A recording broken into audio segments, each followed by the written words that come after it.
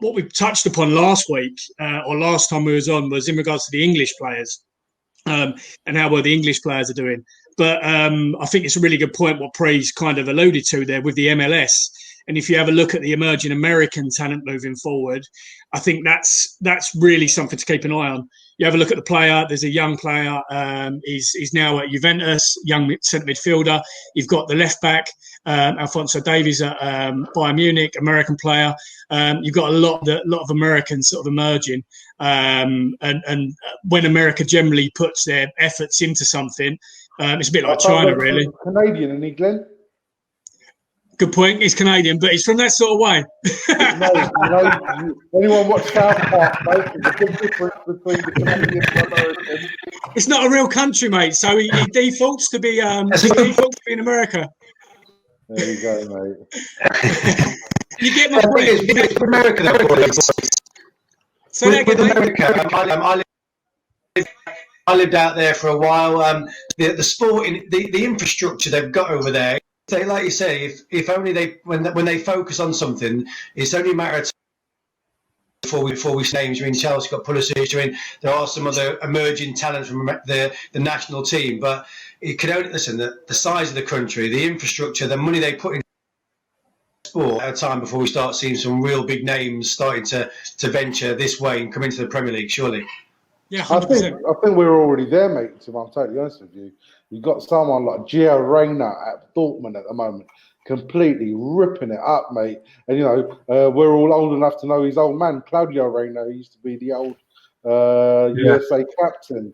And Man City, yeah. And you've obviously got Pulisic there, and you've got the right back that's at Ajax, or was at Ajax, has moved on to Barcelona now. Mate, look, as with anything, I get what you're saying, but that's just a hand when you just name.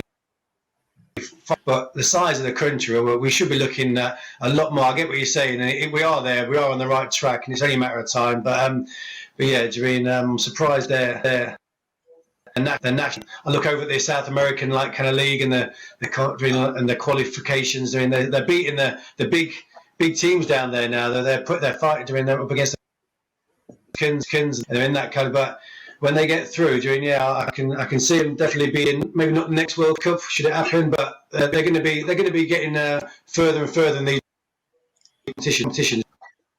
Yeah, I reckon old Phil Neville's going to do wonders for them.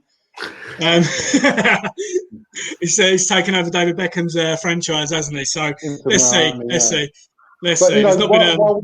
While we're on the American MLS sort of platform, unfortunately, still a lot of the British clubs, when you're offering them players from the MLS, so for argument's sake, last summer we were working with a player that is an MVP, so their structures are different, their budgets are different, so they have a player that's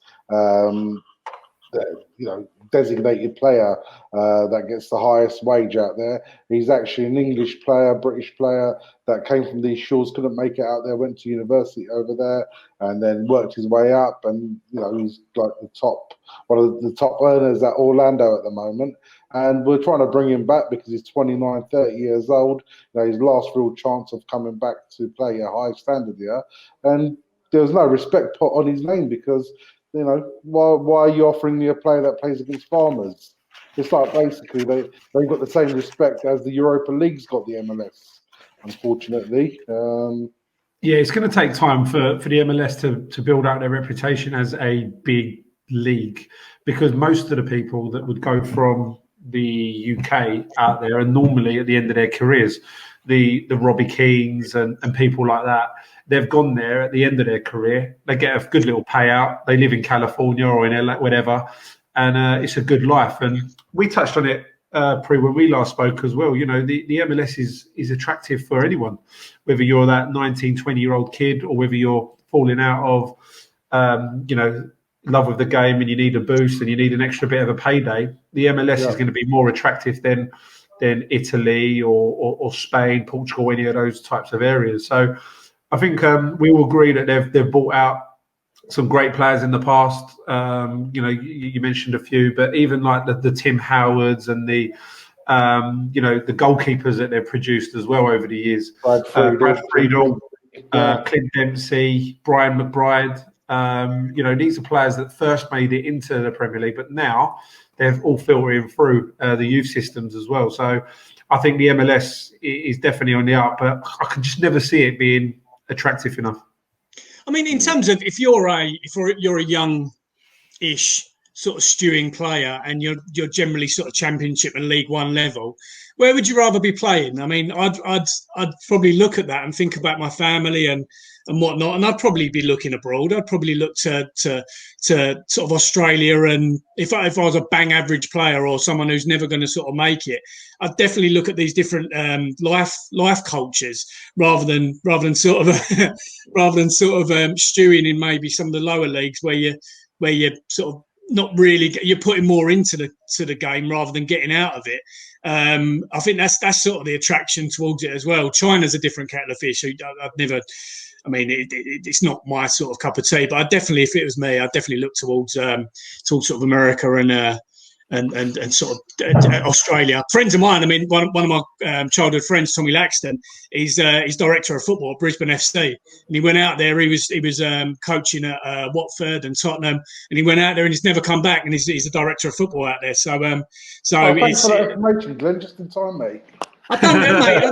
I'm not going to let you know all of my cards, mate. The gift that keeps on giving, Mr. Yeah, totally. So yeah, I mean, Craig, we're going to. I see a little hand rising there. So was that something that you was looking to do, mate? Was you looking to sort of go out towards those sort of areas, countries, and maybe sort of?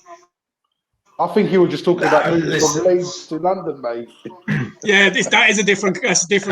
I'm not gonna, I know, I see it. But you can understand that Australian better than you. I've played at this level. Listen, I've moved. I've lived in America. I've seen the sport infrastructures at all different countries, and two countries I'd happily take my two. Just that, but yeah, listen. I mean, I wish I could rewind the clock. I played at a good level, like most of us probably did at a younger age, but unfortunately broke my leg 16 and 18, 3 times in 3 years when I was at the age where I was getting scouted, and I went to uni, and it never really played uni football, and never really no one's going to look at broke his as a teenager, and then I broke it again at uni. It just, but yeah, look. How many girls have you told that story to? It's me chat line. It's me bread and butter. I used to play Chiltern.